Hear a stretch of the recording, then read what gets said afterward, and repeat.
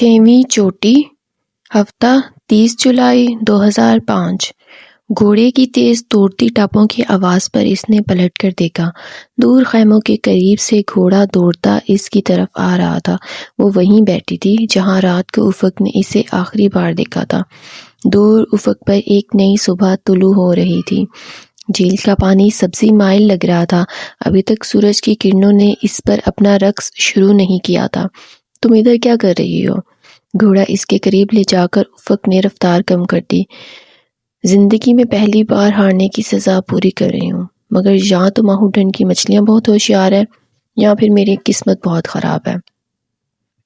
اس نے ہاتھ میں فشنگ راڈ پکڑ رکھی تھی۔ او خدایا، تم رات بھر یہی کرتی رہی ہو کیا؟ شہد رنگ آنکھوں میں حیرت در آئی۔ سوئی نہیں ہو کیا؟ کسی دانشور نے کہا تھا سونا وقت کا ضیاع ہے۔ وہ کیا کہتی کہ رات بھر نیند ہی نہیں آئی؟ بہت معذرت، مگر میں تمہیں بتانا بھول گیا کہ آج کل ماؤنٹین میں مچھلیاں نہیں ہوتی۔ گھوڑے کی لگام تھامے آنکھوں میں شوخی لیے وہ مسکرا رہا تھا۔ وہ ابھی تک گھوڑے پر بیٹھا تھا۔ کیا؟ وہ چلا کر کھڑی ہوئی، گود میں رکھا ہیٹ نیچے گھاس پر گر پڑا۔ تم نے مجھے غلط ڈیئر کیوں دیا؟ مجھے بھی اسی دانشور نے بتایا تھا کہ وقت ضائع کروانے کے اور بھی بہت طریقے ہیں۔ وہ ہنسا۔ بہتر، اب تم نیا راڈ خریدنا۔ غصہ اتنا شدید تھا کہ اس نے افق کا راڈ اٹھا کر جھیل کی طرف اچھال دی۔ راڈ نے ایک غوطہ کھایا اور پھر پانی میں ڈوب گئی۔ میں یہ راڈ دریا سے ٹراؤٹ کا شکار کرنے کے لیے لایا تھا، مگر تم نے خود کو ٹراؤٹ کھانے سے محروم کر لیا ہے۔ میں ٹراؤٹ کھائے بغیر بھی ایک اچھی زندگی گزار رہی ہوں۔ وہ ہیڈ سر پر رکھ کر چل پڑی۔ سنو کراکرم کی پری۔ پریشے کے قدم زنجیر ہوئے تھے۔ اس نے پلٹ کر گھوڑے پر بیٹھے افق کو دیکھا۔ تمہارا میرے ساتھ ایک یادگار تصویر کھنچوانے کو دل چاہ رہا ہے؟ نہیں۔ وہ 2 قدم مزید آگے چل پڑی۔ مگر میرا دل چاہ رہا ہے۔ وہ جس لگا کر گھوڑے سے اترا اور بھاگ کر اس کی طرف آیا۔ تیزی سے ہاتھ بڑھا کر اس نے اس کا ہیٹ اتار دیا۔ کیا ہے؟ وہ ایڑیوں کے بل گھومی۔ افق نے اپنی کیپ اس کے سر پر رکھی۔ تم یہ پہنو۔ اپنی جیکٹ، گھڑی اور مفلر اس نے پریشے کو تھما دیے اور اس سے اس کی گھڑی لے لی۔ تم کیا کرنا چاہ رہے ہو؟ مڈل ایسٹ ٹیکنیکل یونیورسٹی میں ہمارے آخری دن میں نے اور جینک نے ایک دوسرے کی ٹوپیاں، جیکٹس، ٹائیاں، گھڑیاں اور سن گلاسز پہن کر تصویر کھنچوائی تھی۔ بہت یادگار ہے۔ اس نے افق کی چیزیں پہن کر اس کو اپنا ہیٹ پہنتے دیکھا اور بے اختیار ہنس پڑی۔ ہم مضحکہ خیز لگ رہے ہیں افق۔ ہم نہیں، صرف تم۔ مسکراتے ہوئے اسے چھیڑ کر اس نے دور کھڑے امیر حسن کو آواز دی۔ وہ پاس آیا تو اشاروں سے تصویر کھینچنا سکھا کر اپنا پولارائڈ کیمرہ اس کے ہاتھ میں تھمایا۔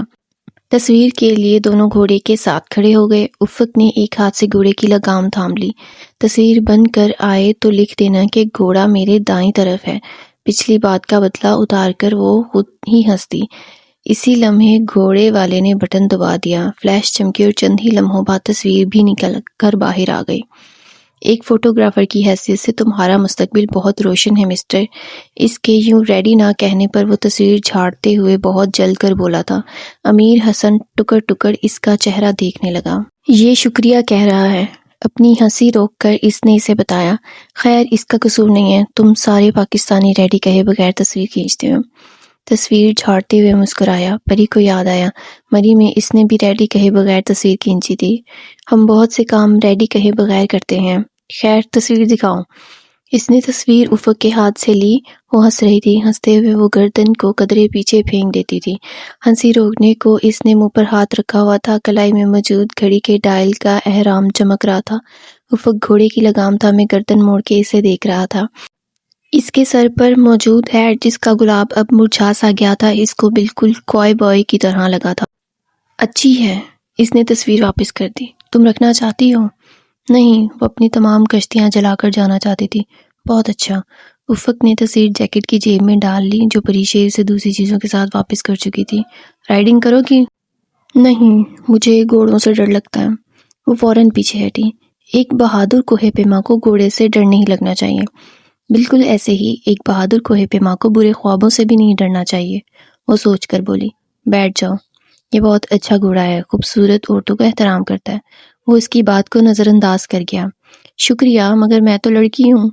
اچھا، اوپر بیٹھو نا، ایک پاؤں ادھر رکاب پر رکھو۔ رکھو تو صحیح۔ اس کے اصرار پر قدرے ہچکچاتے ہوئے وہ آگے بڑھی اور پاؤں رکاب میں ڈالا۔ اوکے، اب دایاں ہاتھ میرے کندھے پر رکھو اور بایاں پیٹھ پر۔ کس کی پیٹھ پر؟ وہ چڑھتے چڑھتے رکی۔ گھوڑے کی پیٹھ پر میڈم۔ وہ تحمل سے مسکراہٹ دبائے بولا۔ اچھا۔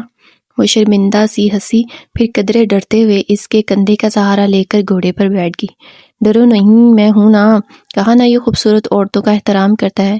اس کی ڈری ہوئی صورت دیکھ کر وہ بظاہر سنجیدگی سے بولا، مجھے زمین پر پٹکنا اس کے احترام کے دائرے میں آتا ہے یا نہیں؟ وہ اپنی تمام کوشش کے باوجود گھوڑے سے سخت خوف زدہ تھی۔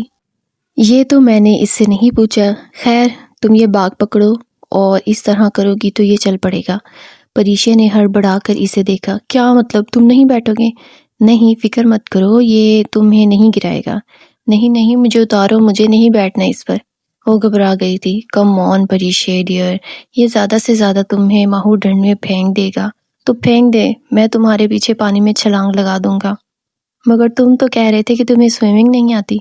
ہاں مگر مجھے ایک پری کے پیچھے جھیل میں ڈوبنا تو آتا ہے نا۔ وہ اس کی حالت سے محظوظ ہو رہا تھا۔ پلیز مجھے نیچے اتارو، یہ مجھے گرا دے گا۔ وہ رو دینے کے قریب تھی۔ یہ اچھا گھوڑا ہے، خوبصورت عورتوں کا۔ فکرہ اس کے لبوں میں تھا جب بے حد گھبراہٹ میں پری نے گھوڑے سے اترنا چاہا۔ گھوڑا ایک دم کسی گولی کی طرح تیز رفتار سے بھاگا تھا۔ افت، وہ چلائی تھی۔ او گاڈ، پری اسے روکو، نیچے مت اترو۔ وہ جو اتنی دیر سے مذاق کر رہا تھا گھوڑے کو بھاگتا دیکھ کر بوکھلا گیا، مگر وہ اس سے زیادہ بوکھلائی ہوئی تھی۔ سو لگام چھوڑ کر نیچے چھلانگ لگا دی۔ اس کا بایاں پاؤں رکاب میں پھنس گیا اور وہ تیرا کر گھاس پر گری۔ کھینچ کر پاؤں رکاب سے آزاد کرایا مگر اس کا بایاں ہاتھ ایک پتھر سے ٹکرا کر معمولی سا زخمی ہو گیا تھا۔ وہ بمشکل سیدھی ہوئی۔ اس کا ہیٹ اڑتا ہوا ماہو ڈھنڈ میں جا گرا تھا اور اب نیلے سبزی مائل پانی کی سطح پر تیر رہا تھا۔ پری تم ٹھیک ہو؟ وہ بھاگتا ہوا اس تک آیا تھا اور پنجوں کے بل اس کے مقابل بیٹھ گیا۔ میں مذاق کر رہا تھا، آئی ایم سوری۔ مگر تمہیں کس نے کہا تھا تم لگام کھینچ دو؟ تم ہی نے کہا تھا۔ اس نے شکوہ کرتے ہوئے بڑی بڑی آنکھیں اٹھائیں جن میں آنسو بہہ رہے تھے۔ میں تو بس یوں ہی۔ وہ سخت شرمندہ تھا۔ ادھر دکھاؤ، ہاتھ کو کیا ہوا ہے؟ افق نے اس کا ہاتھ تھام لیا جس میں انگلیوں کے نیچے ہتھیلی پر رگڑنے سے ایک معمولی سا کٹ آ گیا تھا جس سے بمشکل خون کی 2-3 بوندیں ٹپکی تھیں، مگر وہ پریشان ہو گیا تھا۔ کیا بہت درد ہو رہا ہے؟ وہ جواب دیے بنا سر جھکائے اپنے زخمی ہاتھ کو دیکھتی رہی۔ آنسو اس کی پلکوں سے ٹوٹ ٹوٹ کر گرنے لگے تھے۔ اچھا دیکھو، رو تو مت، میں دوا لے کر آتا ہوں، ٹھیک؟ وہ اسے کیسے بتاتی کہ وہ اس معمولی خراش پر نہیں رو رہی؟ رات بھر سے اندر جمع ہوئے آنسوں کو کسی صورت تو راستہ ملنا ہی تھا۔ وہ اٹھ کھڑا ہوا۔ پریشے نے دائیں ہاتھ کی پشت سے آنسو صاف کیے۔ بس سنی پلاس لے آؤ۔ وہ جاتے جاتے پلٹا۔ کیا؟ سنی پلاسٹر والا بینڈیج؟ اچھا یو مین سانتا باندھ؟ ابھی لایا۔ وہ سمجھ کر اپنے خیمے میں چلا گیا۔ شاید ترکی میں سنی پلاسٹ کو سانیتا باندھ کہتے ہوں گے۔ وہ وہیں گھاس پر بیٹھی اپنی قسمت کی لکیروں کے درمیان لگے کٹ کو دیکھتی رہی۔ وہ سنی پلاسٹ لے کر واپس آ گیا۔ اب خبردار، رونا نہیں ہے۔ اس کے ہاتھ اور سنی پلاسٹ کی طرز کا بینڈیج لگا کر وہ پری کو ڈانٹتے ہوئے بولا، اتنی پیاری آنکھوں کو رو رو کر سورخ کر ڈالا ہے تم نے۔ اس نے چونک کر نم آنکھوں سے اپنے ساتھ گھاس پر بیٹھے افق کو دیکھا۔ براہ راست اس نے اسے خوبصورت کہا تھا۔ اس کے دل میں جیسے کوئی نرم احساس جگا تھا۔ اب درد ہو رہا ہے؟ وہ نرمی سے پوچھ رہا تھا۔ وہ کہنا چاہتی تھی کہ ہاں، درد تو بہت ہی اذیت دیتا، درد اس کے دل میں ہو رہا تھا، مگر اس نے گردن کو نفی میں جنبش دی۔ گڈ۔ اب اپنی آنکھیں صاف کرو۔ اپنی چیخوں سے تم نے نیشا اور عرصہ کو اٹھا ہی دیا ہوگا۔ ابھی آ کر پوچھیں گی کہ میں نے ایک منگنی شدہ لڑکی کو کیا کہہ ڈالا کہ وہ یوں رو رہی ہے۔ وہ بھیگی آنکھوں سے مسکراتے ہوئے اٹھ کھڑی ہوئی۔ تم نے تو کہا تھا کہ یہ گھوڑا خوبصورت عورتوں کا احترام کرتا ہے۔ ہاں مگر تم تو لڑکی ہو نا۔ وہ ابھی اس کے ساتھ کھڑا ہو گیا۔ پریشے نے تعصب سے ماہو ڈھنڈ کو دیکھا۔ سبزی مائل نیلے پانی پر اس کا ہیٹ تیر رہا تھا۔ افق نے اس کی نگاہوں کے تعاقب کیا۔ جانے دو، تم نیا لے سکتی ہو۔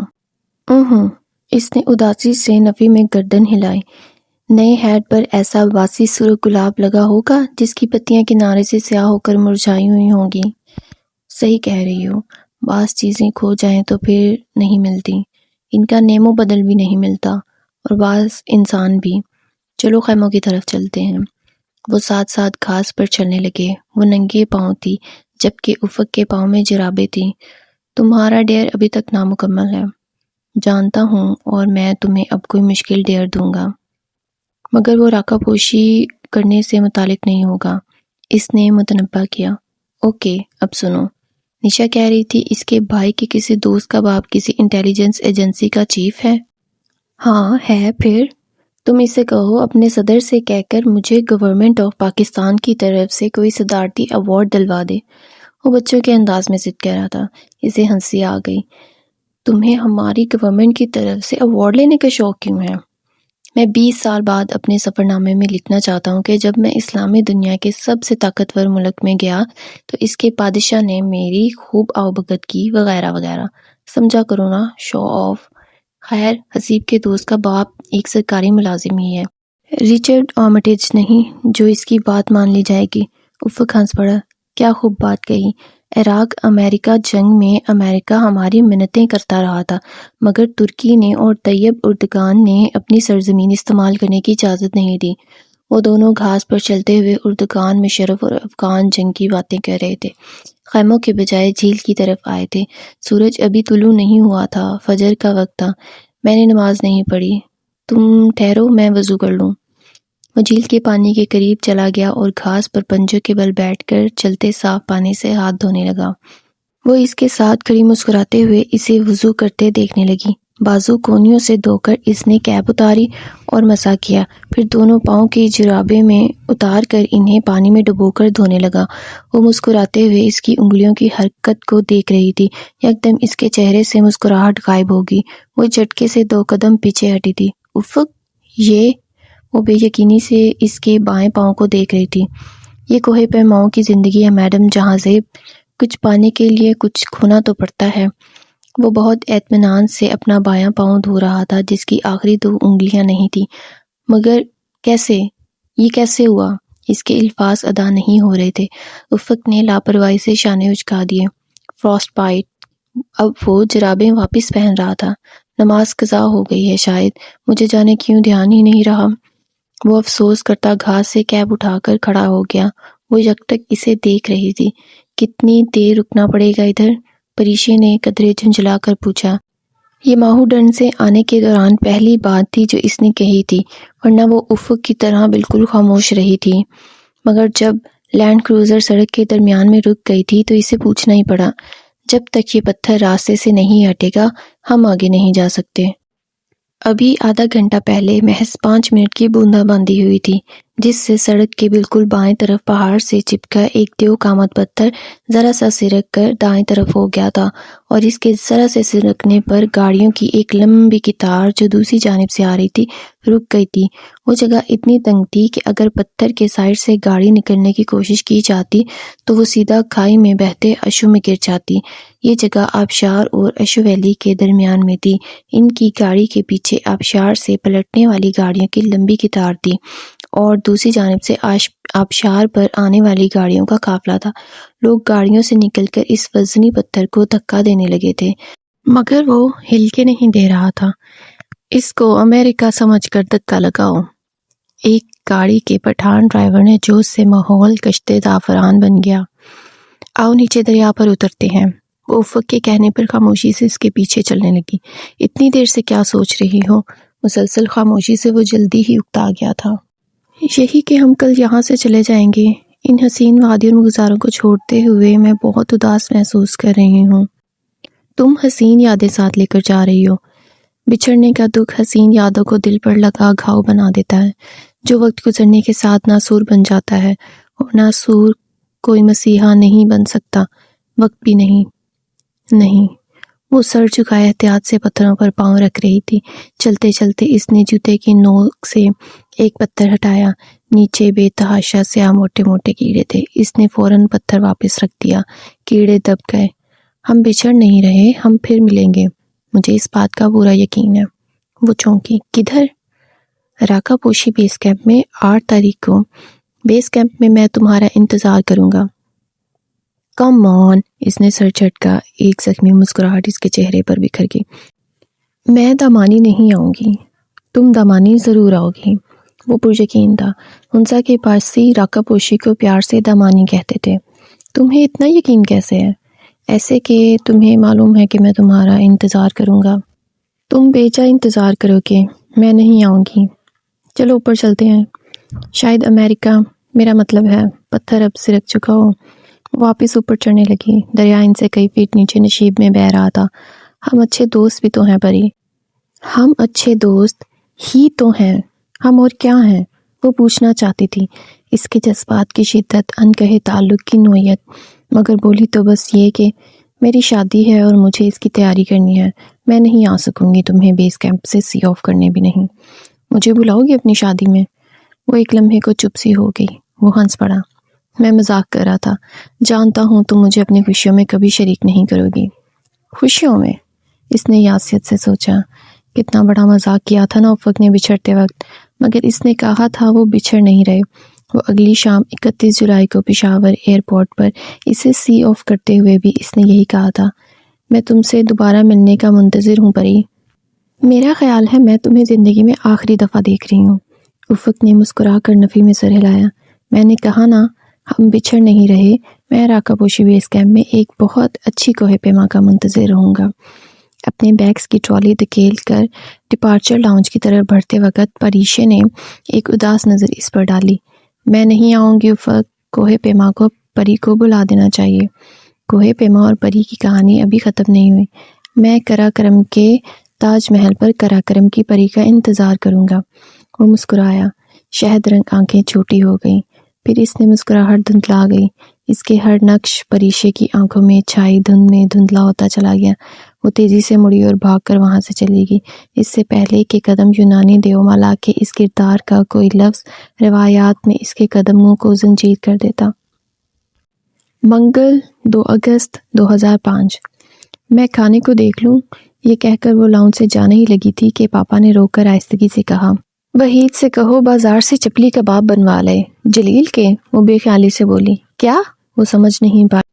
نہیں کچھ نہیں، میں وحید سے کہتی ہوں۔ وہ گڑبڑا کر سنبھلی۔ کتنی کمزور ہو گئی پری بیٹا، خواہ مخواہ اتنی دور چلے گئی۔ بھلا کیا رکھا ہے ادھر؟ پھپھو پاپا کے سامنے پیار جتاتی سے بہت مصنوعی لگ رہی تھی۔ ادھر کیا رکھا تھا؟ ادھر ہی تو سب کچھ رکھا تھا، بس یوں ہی۔ وہ مزید کچھ نہ کہہ سکی اور کچن میں آ گئی۔ پھپھو ٹھیک کہہ رہی ہیں۔ اس نے کچن کے کیبنٹ کے شیشے میں اپنا عکس دیکھ کر سوچا، وہ واقعی بہت کمزور ہو گئی تھی اور الجھی لگ رہی تھی۔ یہ اسے کیا ہو گیا تھا؟ میں کراکرم کے تاج محل پر کراکرم کی پری کا انتظار کروں گا۔ وہ آواز کو کسی نغمہ ساز کی دھن سے زیادہ خوبصورت تھی، پچھلے 3 دن سے اس کی سماعتوں میں گونج رہی تھی۔ وہ اس کا انتظار کرے گا اور اسے نہ پا کر واپس چلا جائے گا۔ کراکرم کی پری اور کوہ پیما کی کہانی کا یہی منطقی انجام تھا۔ پھر وہ کس کے لیے اداس تھی؟ اس کے لیے جس نے ایک دفعہ بھی نہیں کہا تھا کہ وہ اس سے محبت کرتا ہے، جس نے یہ تک نہیں بتایا تھا کہ اس کا گھر ترکی کے کس شہر میں ہے۔ پھر وہ کیوں اتنی جذباتی ہو رہی تھی؟ ان 2-3 دنوں میں خوشگوانی کے سارے رنگ اس کی آنکھوں سے اتر چکے تھے۔ وہ بے شک اس سے محبت کرنے لگی تھی، مگر وہ بھی اس سے محبت کرتا ہے، یہ اس نے اخذ کر لیا تھا۔ اب غیر جانبداری سے اس معاملے کو دیکھتی تو اسے لگتا کہ وہ یک طرفہ محبت کا شکار تھی۔ پری کیسی ہو؟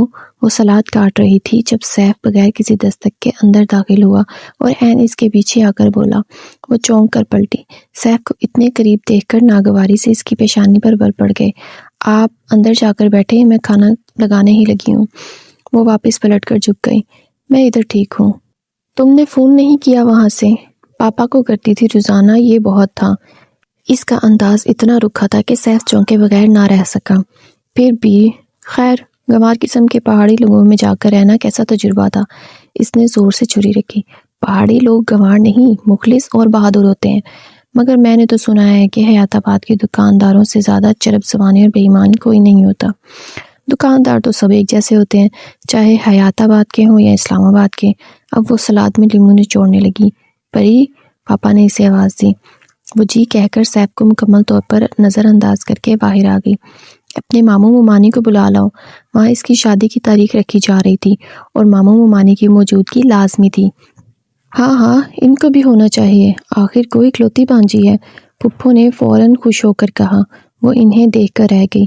جاتی ہوں پاپا۔ وہ دانستہ لاؤنج کے دروازے سے باہر گئی، نہ کہ کچن سے، کیونکہ وہاں سیف تھا۔ اسے سیف اور پپھو جتنے برے اور منافق آج لگ رہے تھے اتنے پہلے کبھی نہیں لگے تھے۔ پہلے وہ ان کو پسند نہیں کرتی تھی مگر اب ناپسند کرنے لگی تھی۔ اس کا رویہ اتنا روکھا بھیکھا پہلے کبھی نہیں ہوا تھا جتنا آج وہ بے اختیار کیے ہوئے تھی۔ پچھلے 8 دنوں نے اس کی زندگی بدل ڈالی تھی۔ اگر ایک دفعہ انسان پہاڑوں پر چلا جائے تو پھر زندگی کبھی پہلے جیسی نہیں رہتی۔ نشا کے لان میں آج پھر وہ لڑکا حسیب کے ساتھ بیٹھا کاغذ پر کوئی لسٹ بنا رہا تھا۔ اسے دیکھتے ہی اٹھ کھڑا ہوا۔ السلام علیکم پری آپا۔ ڈونٹ کال می آپا، وہ ناک سکوڑ کر کہتی اندر چلی آئی۔ وہ اسے بہت برا لگتا تھا۔ ماموں اور ممانی لیونگ روم میں ہی تھے۔ اس نے چہرے کے زاویے درست کرتے ہوئے انہیں سلام کیا۔ وہ آپ کو پاپا بلا رہے ہیں، دراصل پپھو آئی ہوئی ہیں تو پاپا نے کہا کہ آپ لوگ بھی آ جائیں۔ اچھا، ڈیٹ فکس کرنے آئی ہوں گی۔ تم جاؤ پری، ہم آ رہے ہیں، ماموں نے کہا۔ اور کھانا وغیرہ سب ٹھیک ہے نا؟ کوئی مدد چاہیے تو بتاؤ، بنوا دوں تمہارے ساتھ کچھ؟ ممانی بالکل ماؤں والے انداز میں فکر مند ہو رہی تھی۔ وہ مسکرا دی۔ مامی سب کچھ تیار ہے، بس آپ لوگ آ جائیں۔ وہ وہاں سے جا رہی تھی جب ماموں نے دھیرے سے ممانی سے کہا، میرا بیٹا بڑا ہوتا تو میں کبھی پریجے کو ان ناقدروں میں کبھی نہ جانے دیتی۔ کبھی میں سوچتا ہوں کہ جہاں زیب سے ایک دفعہ تو پوچھوں کہ سیف میں اچھی شکل اور پیسے کے علاوہ اسے کیا نظر آیا جو اس نے۔ اس سے آگے وہ سن نہ سکی کہ باہر آ گئی۔ وہ دونوں لون میں بیٹھے تھے۔ اس کو دیکھ کر بولتے بولتے رک گئے۔ ویسے تمہارا نام کیا ہے؟ وہ ان کے قریب سے گزر کر جانے ہی لگی تھی مگر کسی خیال کے تحت رک کر پوچھ لیا۔ وہ اس کا نام ہمیشہ بھول جایا کرتی تھی۔ مصعب عمر۔ وہ کھڑا ہو گیا۔ تم وہی ہو نا؟ تمہارے ابا شاید کور کمانڈر تھے اور پچھلے سال شاید ان کو ایجنسی کا عہدہ دے دیا گیا تھا، ہے نا؟ بالکل، پنڈی کو ان جیسا ہینڈسم کور کمانڈر آج تک نہیں ملا۔ وہ اس کے ساتھ چلنے لگا تھا۔ میں نے سنا ہے کہ ان کو آگے بھی بہت زیادہ ترقی ملنے کے چانسز ہیں۔ وہ یہ کہ صدر کے خاص دوستوں میں شمار ہوتے ہیں۔ وہ بڑے اکھڑے انداز میں پوچھ رہی تھی۔ میں نے کبھی ان سے پوچھا نہیں۔ کم آن، اتنا تو مجھے بہت پتا ہے کہ پنڈی کا کور کمانڈر آرمی چیف کا فیورٹ ہوتا ہے۔ فیورٹ کی بات نہیں ہے، بعض لوگوں میں اتنی خوبیاں ہوتی ہیں کہ آپ کے لیے انہیں نظر انداز کرنا مشکل ہو جاتا ہے، اور مجھے زیادہ نہیں پتا ہوتا۔ میں ادھر نہیں، گھوڑا گلی میں ہوتا ہوں۔ اس نے لاپرواہی سے شانے اچکائے۔ پری نے کھڑے اسے گھور کر دیکھا۔ ویسے باجیوں کی عمر کی لڑکیوں کو دیکھ کر سٹی پہ جانا بھی لارنس کالج میں سکھایا جاتا ہے۔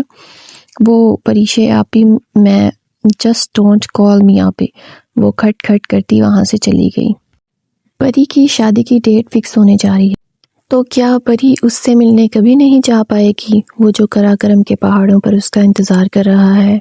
جاننے کے لیے ویڈیو کو لائک کریں، چینل کو سبسکرائب کریں اور اپنے دوستوں میں شیئر کریں اور اگلی قسط کا انتظار کریں۔ تب تک اپنا خیال رکھیں۔ اللہ حافظ۔